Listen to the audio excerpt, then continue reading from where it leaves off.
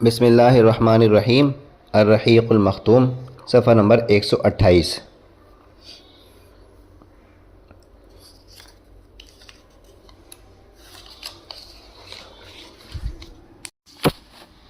یہ جو چیپٹر ہے یہ ہے کھلی تبلیغ، اور اس کے اندر جو ہے وہ ہم نے بہت ساری ہیڈنگز پڑھی ہیں۔ آخری جو ہیڈنگ تھی وہ تھی ظلم و جور، اور ظلم و جور کے اندر کوئی 6 صفحات تقریباً جو ہے نا وہ ہم نے پڑھے ہیں، جس میں رسول اللہ صلی اللہ علیہ وسلم کے اوپر جو ظلم و جور کیا جا رہا تھا اس کا بیان ہے۔ اور اب جو ہے صحابہ کرام کے حوالے سے جو ان کی کارروائیاں تھیں اور ظلم و جور تھا، اب اس کو پڑھ رہے ہیں۔ یہاں پہ ہیڈنگ درمیان میں کوئی نہیں ہے، لیکن یہ صحابہ کرام کے حوالے سے جو ہے وہ مضمون یہاں سے شروع ہو رہا ہے، صفحہ نمبر 128 سے۔ جور و ستم کی یہ کارروائیاں نبی صلی اللہ علیہ وسلم کے ساتھ ہو رہی تھیں، اور عوام و خواص کے نفوس میں آپ کی منفرد شخصیت کا جو وقار و احترام تھا، اور آپ کو مکے کے سب سے محترم اور عظیم انسان ابو طالب کی جو حمایت و حفاظت حاصل تھی، اس کے باوجود ہو رہی تھیں۔ باقی رہیں وہ کارروائیاں جو مسلمانوں اور خصوصاً ان میں سے بھی کمزور افراد کی ایذا رسانی کے لیے کی جا رہی تھیں، تو وہ کچھ زیادہ ہی سنگین اور تلخ تھیں۔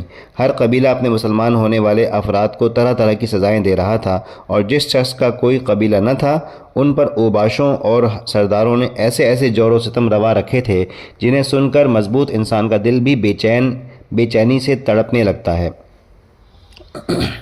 ابو جہل جب کسی معزز اور طاقتور آدمی کے مسلمان ہونے کی خبر سنتا تو اسے برا بھلا کہتا، ذلیل و رسوا کرتا، اور مال و جاہ کو سخت خسارے سے دوچار کرنے کی دھمکیاں دیتا، اور اگر کوئی کمزور آدمی مسلمان ہوتا تو اسے مارتا اور دوسروں کو بھی برانگیختہ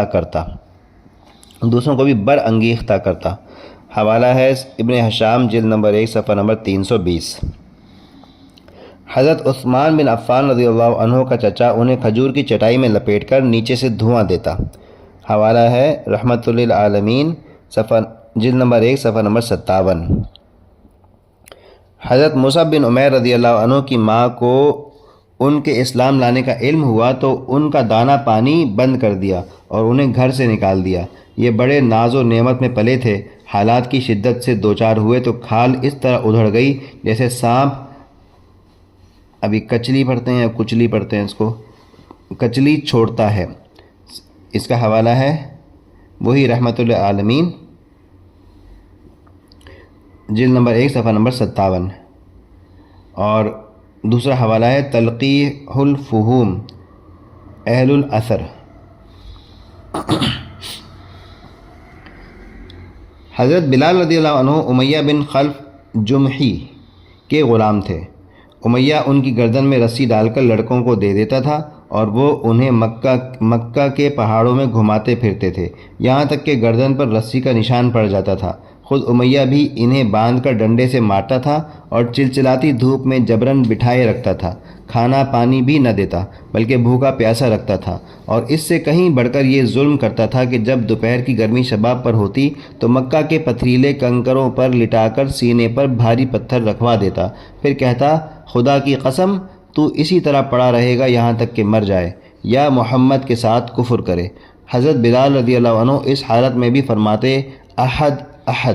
ایک روز یہی کارروائی کی جا رہی تھی کہ ابو بکر رضی اللہ عنہ کا گزر ہوا۔ انہوں نے حضرت بلال رضی اللہ عنہ کو ایک کالے غلام کے بدلے، اور کہا جاتا ہے کہ 200 درہم یعنی 735 گرام چاندی یا 280 درہم یعنی 1 کلو سے زائد چاندی کے بدلے خرید کر آزاد کر دیا۔ اور حوالہ ہے رحمۃ للعالمین، جلد نمبر 1، صفحہ نمبر 57، اور تلقیح فہوم، صفحہ نمبر 61، اور ابن ہشام، جلد نمبر 1، صفحہ نمبر 317 اور 318۔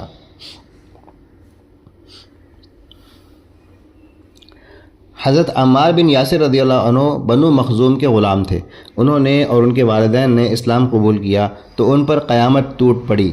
مشرکین جن میں ابو جہل پیش تھا، سخت دھوپ کے وقت انہیں پتھریلی زمین پر لے جا کر اس کی تپش سے سزا دیتے۔ ایک بار انہیں اسی طرح سزا دی جا رہی تھی کہ نبی صلی اللہ علیہ وسلم کا گزر ہوا۔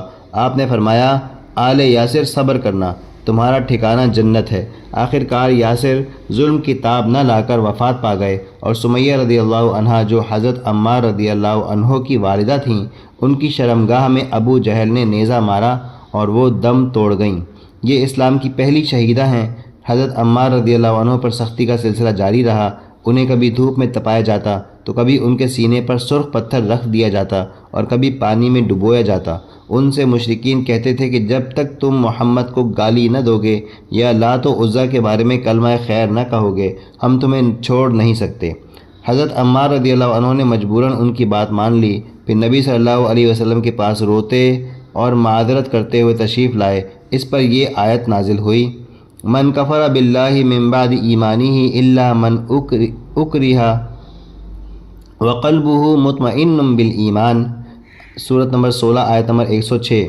جس نے اللہ پر ایمان لانے کے بعد کفر کیا، اس پر اللہ کا غضب اور عذاب عظیم ہے، لیکن جسے مجبور کیا جائے اور اس کا دل ایمان پر مطمئن ہو، اس پر کوئی گرفت نہیں۔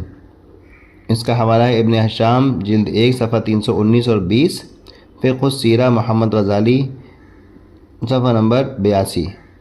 اور اوفی نے ابن عباس سے اس کا بعض ٹکڑا روایت کیا ہے۔ دیکھیے تفسیر ابن کثیر زیر آیت مذکورہ۔ حضرت فقیہہ جن کا نام افلح تھا، بنی عبدالدار کے غلام تھے۔ ان کے یہ مالکان ان کا پاؤں رسی سے باندھ کر انہیں زمین پر گھسیٹتے تھے۔ اور حوالہ ہے رحمۃ للعالمین جلد نمبر 1 صفحہ نمبر 57 بحوالہ اعجاز التنزیل صفحہ نمبر 53۔ حضرت خباب بن ارت قبیلہ خزاعہ کی ایک عورت ام انمار کے غلام تھے۔ مشرکین انہیں طرح طرح کی سزائیں دیتے تھے۔ ان کے سر کے بال نوچتے تھے اور سختی سے گردن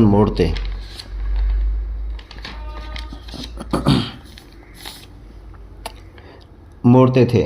انہیں کئی بار دہکتے انگاروں پر لٹا کر اوپر سے پتھر رکھ دیا کہ وہ اٹھ نہ سکیں۔ حوالہ ہے رحمۃ للعالمین جلد نمبر 1 صفحہ نمبر 57 تلقیح الفہوم۔ ذنیرہ اور نہدیہ، ان کا جو حوالہ ہے وہ ہے ذنیرہ بروزن مسکینہ، یعنی ذکور زیر اور یعنی زا کو زیر اور نون کو زیر اور تشدید۔ اچھا، ذنیرہ کی اس میں جو ہے وہ تلفظ بتایا گیا ہے کہ زا کو بھی زیر ہے اور نون کو بھی زیر ہے اور جو ہے وہ زیر ہے اور تشدید ہے، تو یہ ذنیرہ پڑھتے ہیں اس کو۔ کچھ لوگ اس کو زنیرہ بولتے ہیں، زنیرہ صحیح نہیں ہے، ذنیرہ ہے۔ ذنیرہ اور نہدیہ رضی اللہ عنہا اور ان کی صاحبزادیاں اور ام عبیس رضی اللہ عنہا رضی اللہ عنہم پڑھیں، یہ سب صحابیات ہیں، یہ سب لونڈیاں تھیں۔ انہوں نے اسلام قبول کیا اور مشرکین کے ہاتھوں اسی طرح کی سنگین سزاؤں سے دوچار ہوئیں، جن کے چند نمونے ذکر کیے جا چکے ہیں۔ قبیلہ بنی عدی کے ایک خانوادے بنو مومل کی ایک لونڈی مسلمان ہوئیں تو انہیں حضرت عمر بن خطاب رضی اللہ عنہ جو بنی عدی سے تعلق رکھتے تھے اور ابھی مسلمان نہیں ہوئے تھے، اس قدر مارتے تھے کہ مارتے مارتے خود تھک جاتے تھے اور اس کے بعد کہتے تھے کہ میں نے تجھے کسی مروت کی وجہ سے نہیں بلکہ محض تھک جانے کی وجہ سے چھوڑا ہے۔ اور اس کا حوالہ ہے رحمۃ للعالمین جلد نمبر 1 صفحہ نمبر 57 اور ابن حشام جلد نمبر 1 صفحہ نمبر 319۔ آخر کار حضرت ابوبکر رضی اللہ عنہ نے حضرت بلال اور عامر بن فہیرہ کی طرح ان لونڈیوں کو بھی خرید کر آزاد کر دیا۔ اور حوالہ ہے ابن حشام جلد نمبر 1 صفحہ نمبر 318 اور 319۔ مشرکین نے سزا کی ایک شکل یہ بھی اختیار کی تھی کہ بعض صحابہ رضی اللہ عنہ کو اونٹ اور گائے کی کچی کھال میں لپیٹ کر دھوپ میں ڈال دیتے تھے اور بعض کو لوہے کی زرہ پہنا کر جلتے ہوئے پتھر پر لٹا دیتے تھے۔ در حقیقت اللہ کی راہ میں ظلم و جور کا نشانہ بننے والوں کی فہرست بڑی لمبی ہے اور بڑی تکلیف دہ بھی۔ حالت یہ تھی کہ جس کسی کے مسلمان ہونے کا پتہ چل جاتا، مشرکین اس کے در پہ آزار ہو جاتے تھے۔